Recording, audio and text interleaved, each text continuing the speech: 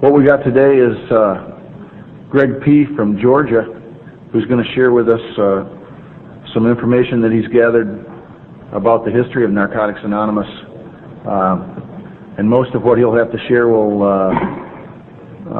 reflect the growth of the fellowship and developments outside of the state of Michigan.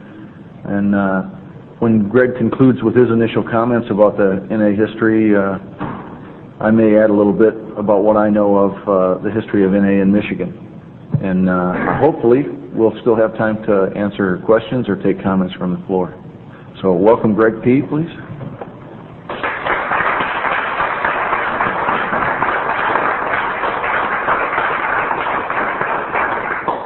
Hi, my name's Greg. I'm an addict. I brought some goodies. Some of you have played with these already. I know you ain't going to get it. I also have a timeline here if any of you want. Someone want to pass some of those out? That will give you a little overview of the history of the fellowship.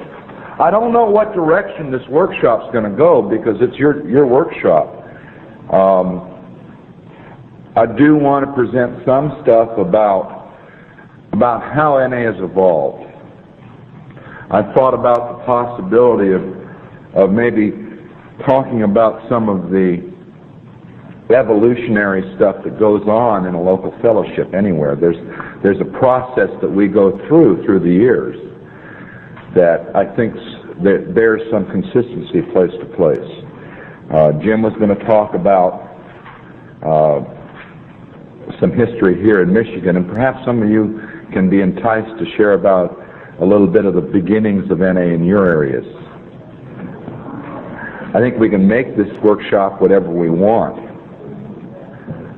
What do you guys want?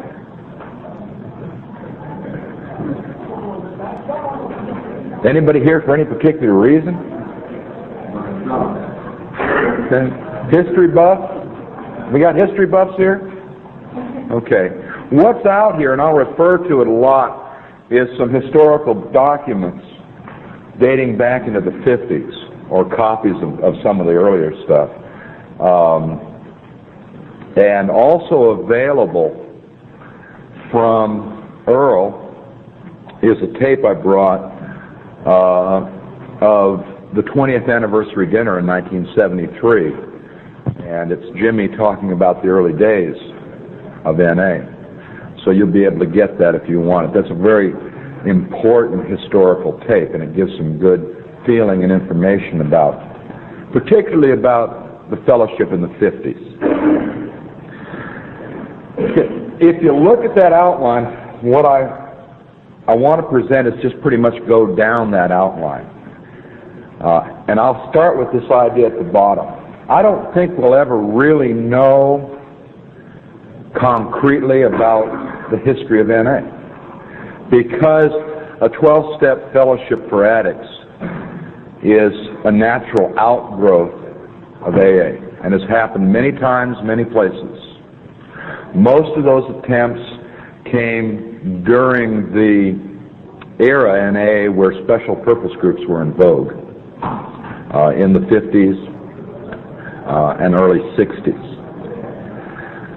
All of those that we know have died out. It's still happening today. There's an Addicts Anonymous going in Pennsylvania. There's a Drugs Anonymous going in Pennsylvania. There are various groups. There have been Pills Anonymous groups. There have been habit-forming drug groups. There have been Addictions Anonymous groups. But none of these groups have survived. Probably one of the most recent examples of that, where a group has changed, is in Toronto. There was a 12-step fellowship for addicts going in Toronto with quite a number of meetings. A couple of years ago, they became part of NA, the mainstream of NA. The first use, and this isn't on this, first use of the name Narcotics Anonymous was that I know of that we've found so far was by the Salvation Army. And a major, later Brigadier Dorothy Berry, began working with addicts back in the early 40s, particularly women addicts in prison in New York City.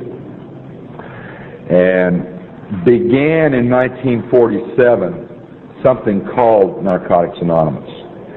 It was more closely aligned to the Salvation Army and their 7 steps than it was to the 12-step approach.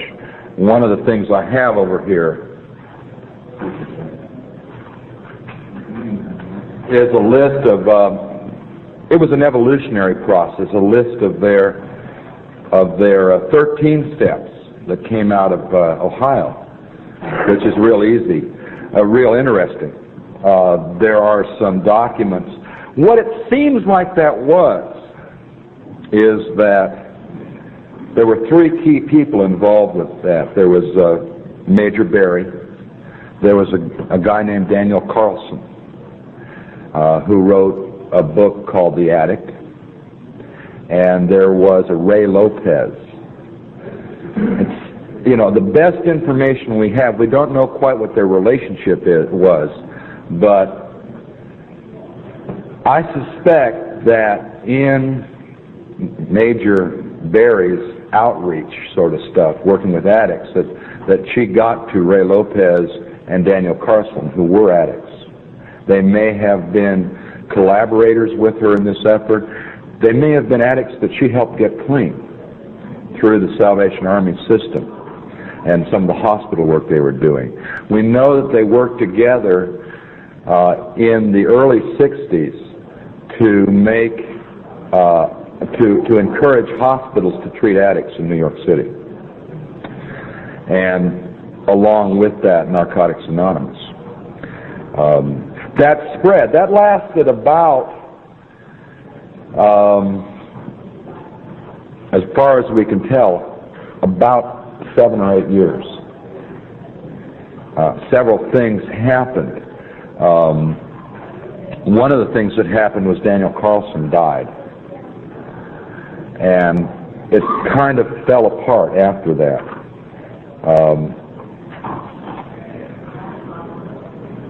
Basically, we're looking at the time period of 1948, 1947, up through about 1955 or 56. And there was some activity spinning off of that up until the early 60s.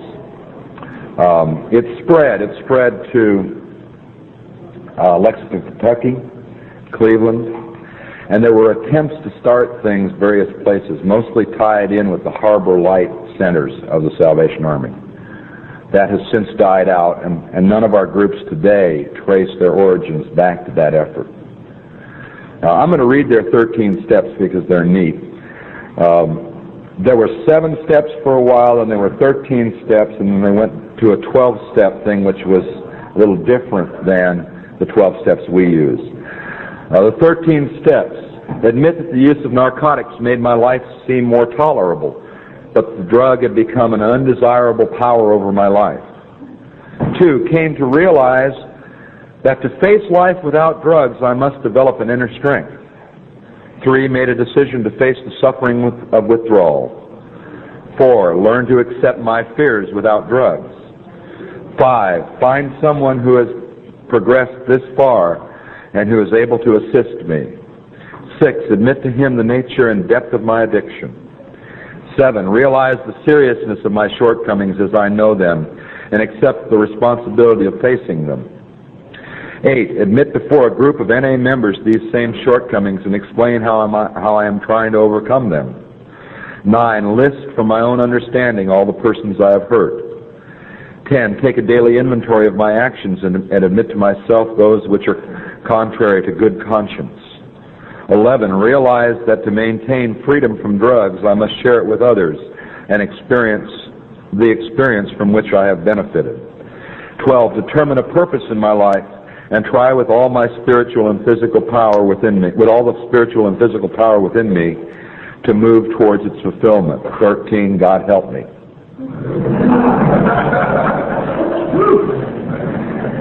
And those are real neat. We don't think of it in the same terms, but the principles remain pretty much the same. Prior to that effort, the earliest reference of any kind that we've been able to find so far was in 1944, and it wasn't a reference to Narcotics Anonymous. In a talk, there's Yale University in 1944, and the text of that talk was published in a book entitled Alcohol, Science, and Society. A question was asked of Bill Wilson: what about a fellowship like AA for addicts? And that's the first reference that we have towards anything like this. I'm not going to go into real depth on what we do know. We've been gathering some documentation on that other NA. And that seems to be the most significant attempt to start something like what we have today. But we don't have a full picture of it. We have bits and pieces. In the future, more information will come up. I think that's happened many times with varying degrees of success. Prior to the formation of NA in California in 1953, there were some things there, and that's the first item on that outline: habit-forming drug groups and Addicts Anonymous. In that tape that's available, there's a reference to those, and it reads, before NA there was HFD, habit-forming drug groups. These were hidden. These were 1 or 2 or 3 people meeting in apartments here and there. Nobody knew where they were. They demanded certain things, and they were dominated by 1 or 2 persons. You know, you and I don't go for authority. We don't like authority. A few people I met down on Skid Row a few years ago from East LA formed another group known as Addicts Anonymous. They infringed on the AA name, and they died very quickly because they too were dominated by one man. We had another group started in the valley that also called itself HFD and was dominated by one man. So we found out very early and our experiences taught us that we can have no bosses, no big shots in Narcotics Anonymous. And these were probably special purpose AA meetings that tried to move out from the umbrella of Alcoholics Anonymous, lasted for short periods of time, and died out. That situation has replicated itself many, many, many times. There are a lot of communities where little groups have started up for addicts. Some of them called Narcotics Anonymous, some of them called Drugs Anonymous. Most of them would run for 2, 3, 4 months and then disappear. NA groups in the early days were much like that. They'd run for short periods of time, and then everybody'd go get loaded, or everybody'd leave and say, what's the use? And that's pretty much what the early days were like. I want to read a letter that verifies that HFD groups in California. It's a letter written by Bill Wilson to a Betty Tom, HFD group, Santa Monica, California. Dear Betty, thanks a million, nay, 2 million for your heartwarming letter of March 11th. This is dated 1954. Updating me on your progress with addicts. I think this is all perfectly wonderful. At this stage, I'm sure it's the quality that counts rather than the quantity. That you've been doing a quality job and have inspired others to do likewise is very evident. What can you tell me about the progress of those other groups, which at Lexington and here in the East go under the name Addicts Anonymous and Narcotics Anonymous? At times I pick up very second-hand stories to the effect that they are making progress, but not so much as they might if they really came to grips with the 12 steps and had proper hospitalization. I'm also interested to know how many people you feel you have really straightened up, and how these divide themselves between narcotics, who were once alcoholics, and narcotics, pure and simple. All of you concerned in this work surely have my warmest appreciation and I hope you will let everyone have the occasion of knowing it. Meanwhile, the main transmission belt to the addict will be from our AA members who also have suffered addiction.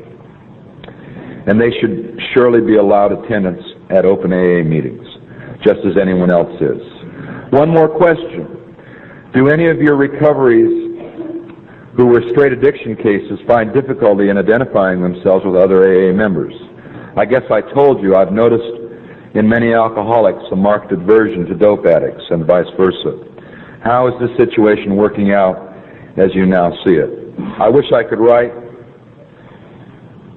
you the long letter that yours deserves, but my desk is piled high. Meanwhile, may God love you dearly, all of you, devotedly, Bill Wilson. What that letter talks about is probably the prevailing atmosphere for 12-step fellowship for addicts in the early 1950s. No one really knew what was going on. They were very small. There was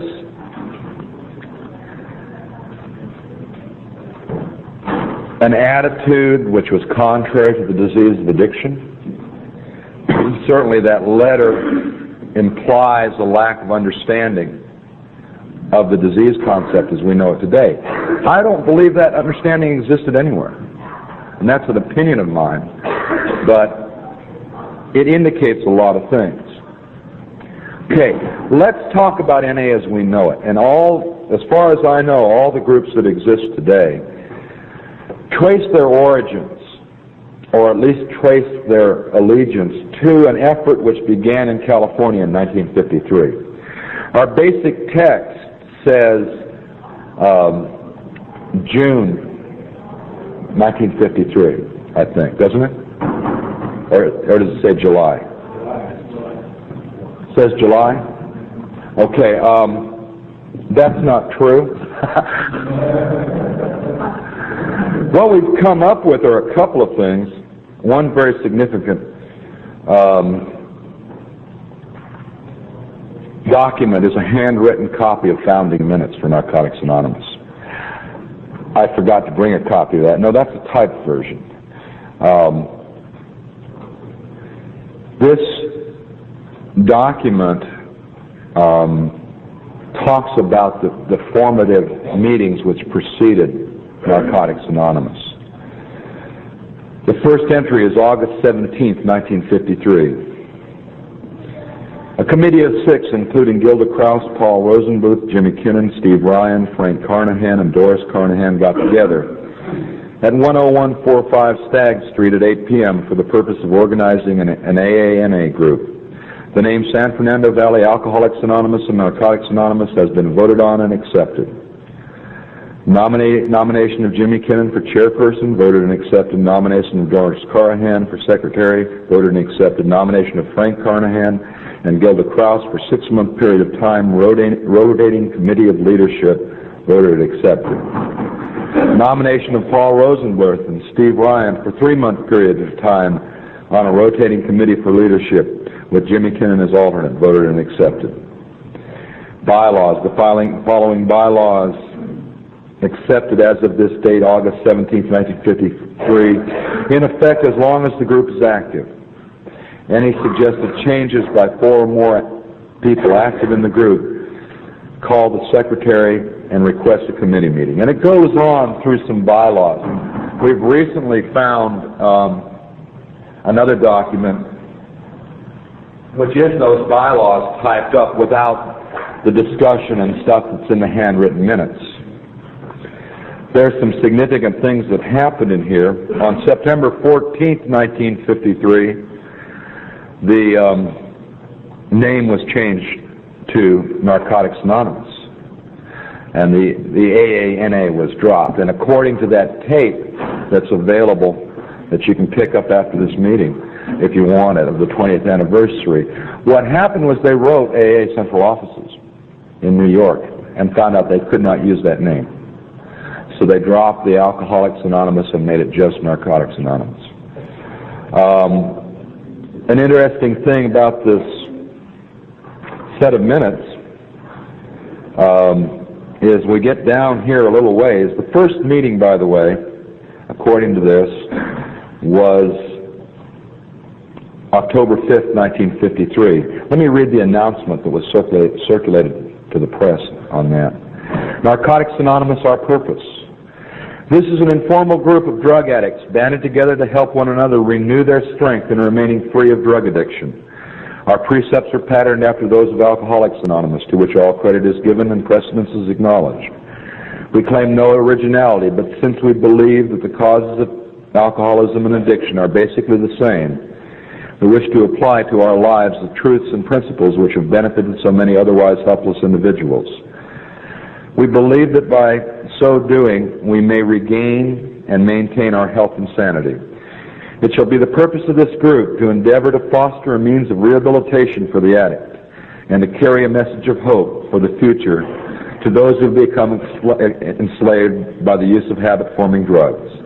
Starting Monday night, October 5th, 1953, each Monday night thereafter at 8:30 p.m., corner of Cantera and Claiborne, Sun Valley, California, directly behind Sunland Lumber Company. There were 17 people in attendance at that meeting. Along with those minutes is a sign-in sheet. So there is documentation of who was at the very first Narcotics Anonymous meeting. That didn't last. One of the interesting things about the minutes is we come after that, after October. October 5th, which was the night of the meeting, accepted absence of Pat Hand until such time as convenient for his return. October 24th, accepted resignation of Bud Craig. November 15th, accepted resignation of Gilda Krause and Tommy Moore. December 16th, resignation of Doris and Frank Carnahan accepted. Accepted resignation of Jimmy Kinnan. December 18th, nomination of Bud Panstar for chairman accepted. And that's the end of those handwritten minutes. The bylaws explain some of the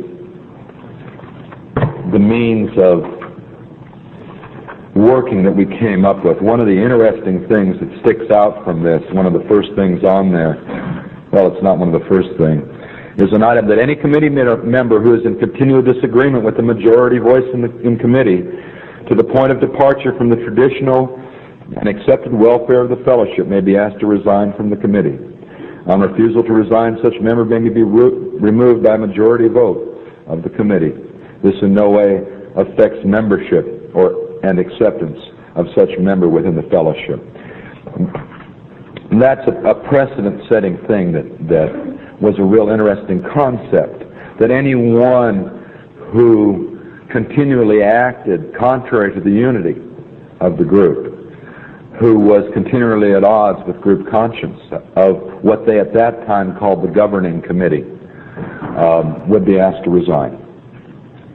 And, you know, I don't know how that carried through. I could give you some other things about the 50s. I have another document here from the 1950s, which is a little booklet. We pass some other booklets around? Okay. Bill wants those. We'll trade later. This is the first Narcotics Anonymous publication that we know of. It was printed in 1956. There are a few copies which survive. There are not many. In this, you can see some of the roots of the material we use today. There's some wonderful things in here. Let's see if I can find something offhand. Here's one. I'll just read a paragraph here. Before coming on the program, our trouble was we could not manage our own lives. We couldn't live like normal people. We had to have something different, and we thought we'd found it in drugs and narcotics. We had to have these drugs and narcotics no matter what the cost. We placed their use ahead of the welfare of our families, wives, and children. We did them great harm, but most of all, we harmed ourselves. We broke not only the laws of society, but the greatest law of all, the law of nature. And you can see where our own material that we commonly read today has evolved out of that. This is a very important document. It's our first literature. This is the first thing we had published and printed. It's exciting to see this. I really encourage you guys to come and take a look and look at some of these things after we're done, if time permits, because or pull me up later on, because to me they're very exciting. And if you have the same feel for history that I have, they'll probably be exciting to you too. That's all I'm going to really talk about, those early days in the 50s. We don't know a tremendous amount about them, and there's not a whole lot of documentation. My best guess, and this is an opinion from some of the stuff I've been doing, trying to put together documents like this, is that there was basically no real consistency in the 1950s in Narcotics Anonymous. That people would get together on the spur of a moment. They might go out after another meeting and have coffee somewhere and call it a Narcotics Anonymous meeting. There might be a formal meeting started, and it would go for a while, 3 months, 6 months, and then people would back away from it. I see no evidence of continuity in Narcotics Anonymous prior in the 1950s. In fact, the outline, and this is based on that tape, goes on to say that NA became a one-man rule in about 1957. That all or most all of the original members backed off, dropped out, went back to AA, and that 2 years later NA died.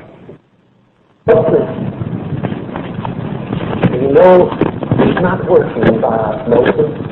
I did a rap show this morning on the radio, and I would love to do those things, because you encounter so many beautiful people. And everybody wants a definition. It's either January of 1960 or December of 1959. There's conflicting information on tapes. NA was started again,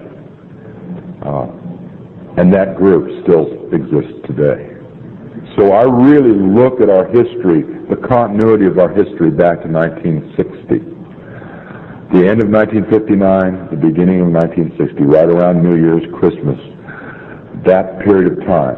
On one tape, Jimmy says the beginning of 1960. On another tape he gave a few years later, he says the end of 1959. I really don't know, and we don't have documentation for that. But that's what led to NA as we know it today. There's a meeting that's being held this week in that same place every week since 1960. That's in Studio City, California. NA began to lay its foundations there. I look at the 50s as kind of an exploratory, inconsistent, hit and miss, touch and go type of situation. The 60s, I think, is where we laid some of our foundations, where we got some of the stability. When we finally, instead of running around the sand, started driving some posts down into it so we could build on it. Several things happened in the 60s, a lot of things on your list there.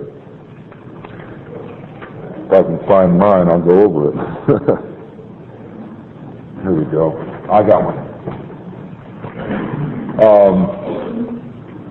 By the way, on your list, the numbers in parentheses are approximate numbers of groups, active groups.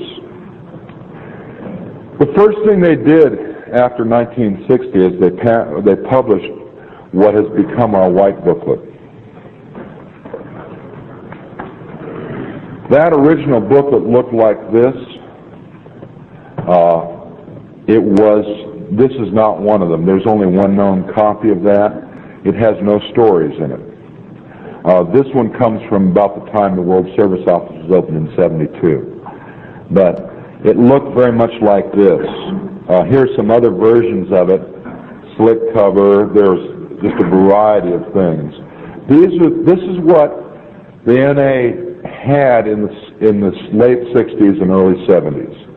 It wasn't until 1975 or 1976 where the white booklet in the shape that we know of began being printed. What happened at that time is we found out that if we changed the shape of this to a quarter of an 8 by half by 11 sheet, we could reduce the cost per pamphlet by 3 cents and add 4 pages. So some stories were added, and we reduced the cost of the pamphlet. Okay, there's some real important things that happened.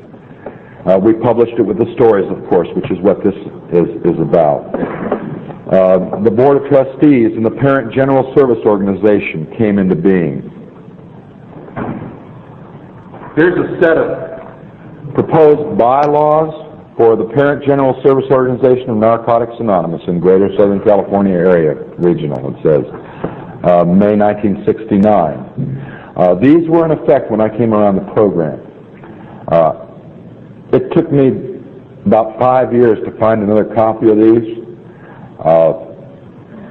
They're real hard to find. There's some neat stuff here, and it can show some of our basis in the growth of our services. What has happened since then, happened since the 60s, where we were laying the foundations. We published a newsletter in the 60s. Here's our copy. Here's a couple of copies of the first 2 newsletters ever published in Narcotics Anonymous. There's an interesting thing. How many of you ever wondered what Carina stands for? Anybody? No one's ever wondered what Carina stands for? In our first newsletter, it says, I'm feeling good. Statement and purpose of aims of newsletter. 1, to share our experience, strength, and hope with the addict who still suffers. 2, to better carry the message of recovery through the voice of conscience. 3, to provide better communications with the written word. 4, to build a source of information that will provide material for future literature based on a cross-section of personal experience. 5, to hopefully provide another means for personal and fellowship growth through creative action. 6, to help establish our own publishing company named CARE, the letters standing for C, compassion, A, action, R, respect, E, empathy. And they found out there was already a CARE publishing, so they added an NA on the end. So it's compassion, action, respect, and empathy in Narcotics Anonymous. But documents like this exist that show that we have a rich tradition behind us. The first World Convention was held in 1971. There were about 200 people there. It was held at the La Mirada Country Club. It was our beginning of get-togethers like this. And in those days, we had to wait a whole year before we had another deal. And I can remember sitting, I was involved with that first convention, and I can remember waiting a whole year to do it again. Now you can go to conventions every weekend. What, are there 6 conventions going this 4th of July weekend? There are 5 or 6. Iowa and Colorado and here and Florida and New Mexico. You know, that's 5. There may be 1 or 2 others. I know there's a camp out going on in Savannah, Georgia, celebrating their birthday. And there's one in the western part of Michigan. Those things didn't happen. The first time we ever got together like this was in 1971, which is only 15 years ago. 16 years ago. The first time we ever got together like this. We established a World Service Office, and at that convention, one of the purposes of that convention was to establish a World Service Office. And at that convention, a paid manager for the World Service Office was elected. However, there was never any money for him, so he didn't get paid and didn't do it. We did open an office in January of 1972 on Crenshaw Boulevard. That's where this comes from. It's got the rubber stamped on there. Narcotics Anonymous, World Service Office, 2335 Crenshaw Boulevard, Los Angeles, California. And the fellowship began to reach out and grow. I have a set of minutes from the World Service Office in 1971 or 1972 that, I guess it had to be 1972, that shows donations from 5 or 6 places outside of California. The fellowship was beginning to spread a little bit. And I think that there were times in the 70s, I know there were, where people would travel, and there'd be fledgling fellowships perhaps springing up. Most of them died out. Most of the fellowships today that are strong and have been around a while date from the end of the 70s and the beginning of the 80s. There were some significant things that happened. In 1978, the World Convention moved out of California. In 1976, we began having World Service Conferences. And I believe these things laid the foundation for a lot of local fellowships, because before that, 3 or 4 people would get together and start a group somewhere, perhaps here in Flint. And it would go for a while, but there was no real communication. There was no real way that we could be unified. And so we died. You know, an addict alone can't make it. An addict in isolation has a tremendous difficulty. That's why we have our whole loner movement. The same thing's true about a group. A group in isolation has a very difficult time. And groups have started and folded many, many, many, many times. The pieces of literature get stuffed away in drawers and turn up years down the road. Or people find things, or some people remain and they go back to AA where they probably came from. And they remember. One of the most moving things from that tape that Jimmy made is an idea that you can't kill a good idea.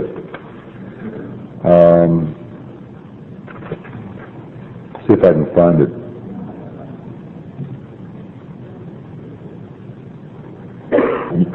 You can listen to the tape. I didn't find it. But he talked about that if all of us there at that 20th anniversary dinner got loaded and left, Narcotics Anonymous would still live on. Because you can't kill a spiritual principle. You can't kill an idea. And as long as one of us is clean, Narcotics Anonymous exists because it lives in each of us. And somewhere down the road we'll find another addict and we'll sit down and talk to him. And it will begin again, like it did in the 50s. That to me is what happened in the 50s. It would die out and begin again, and die out and begin again, and die out and begin again. The 70s, as an overview, were probably tied in with the spread of Narcotics Anonymous. During the late 70s, isolated fellowships in many, many parts of the country started springing up. I have a world directory here from 76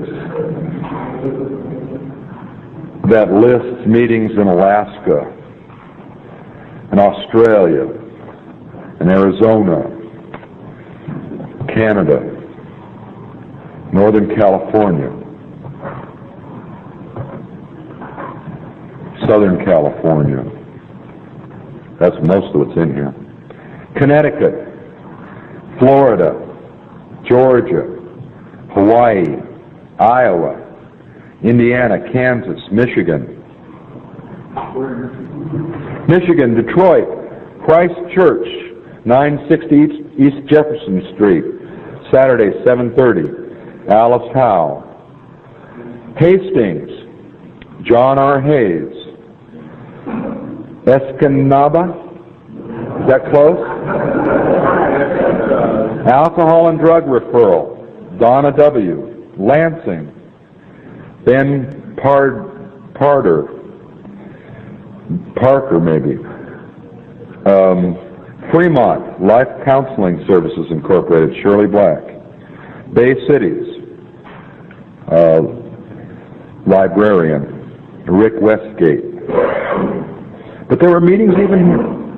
Montana, Oregon, Washington State, Minnesota, Pennsylvania, Texas, Denver, Illinois, Maryland, Massachusetts, Nebraska, New Jersey, New York, New Mexico, North Dakota, South Dakota, Ohio, Tennessee, Washington State, Idaho, Utah, Maryland. Most of those groups died out. This is 1976. And you date the fellowship here from? About 75 in the city. Mm-hmm. But did it die out? No. Continuously? Okay. That's a documentation of that. This happened all over. Most of those groups, most of those places that I read did not have an NA meeting in 1978 from the 1976 World Directory, or 79. Most of those places that were read died. It wasn't until the end of the 1970s, perhaps the middle in a few cases, that groups established themselves and have survived till today. So we spread out in the 70s. I like to look at the 80s as our growth. And we've grown in numbers tremendously. And communities where they had 1 or 2 or 3 meetings now have 50 or 100 meetings. And communities where there wasn't any NA now have strong NA fellowships. And it's moved from metropolitan areas into more rural areas. And you'll find rural areas with 2 or 3 meetings in a little town, and the next town down the road there's a meeting, and the next town down the road there's 3 or 4 meetings. And it's really spread and grown. It's not those tentative feelers we found in the 70s. To me, that's an overview of how we have grown. Perhaps the most significant things that occurred to make that growth possible is people started traveling in the 70s. We established a service structure for ourselves. We had a World Service Conference. We went through a period in the late 70s where people began getting interested in our literature, and the results of that were the literature movement, with the review form, the input form, the file form, and the publication of our basic text. And perhaps those 2 things, those 3 things, a structure by which we can relate to each other and be united within a single fellowship without being isolated groups and isolated local fellowships. A system for communication of what Narcotics Anonymous is all about, a basic text. And the beginning of members traveling throughout the United States, going to conventions, the conventions being held outside of California. The first convention held outside of California was Houston, Texas, the 8th World Convention.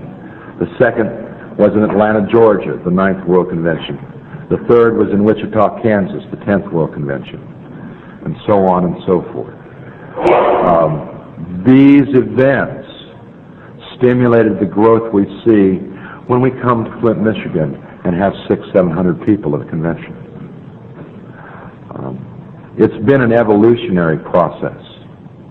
The growth hasn't been easy. There have been a lot of sputtering and a lot of failure, but there's been a lot of success. One of the things that is personally most rewarding to me is to sit in a room with 500, 600, 2,000, 3,000 addicts and know that our recoveries are all interrelated, and know that we all have a common bond that ties us together. Know that we all share a way of life. To me, that's one of the most exciting things, that happens to me. There were perhaps 200 NA members when I came to Narcotics Anonymous. There was no Saturday night meeting anywhere in the world. And that was only 1970. Today, look at us now. And at the rate we're growing and the rate we're going, NA is exploding. We're growing so fast we can't keep up with ourselves. That's part of the problems and the difficulties we're going through today. You know, we can't keep up with our growth. But dreams come true. Somewhere, somehow, someone dreamed of a meeting in Michigan, of a fellowship in Michigan, of a convention in Michigan. And those dreams have come true. You know, I think we need to dare to dream. Our dreams come true around here if they're consistent with the Spirit. You know.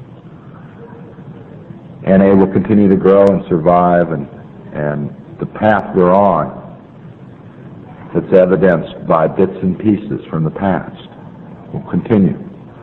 We are all the history of Narcotics Anonymous, every single one of us. And we get to do that. Okay, I'm going to give it to Jim now. I guess we're not going to talk about the local politics.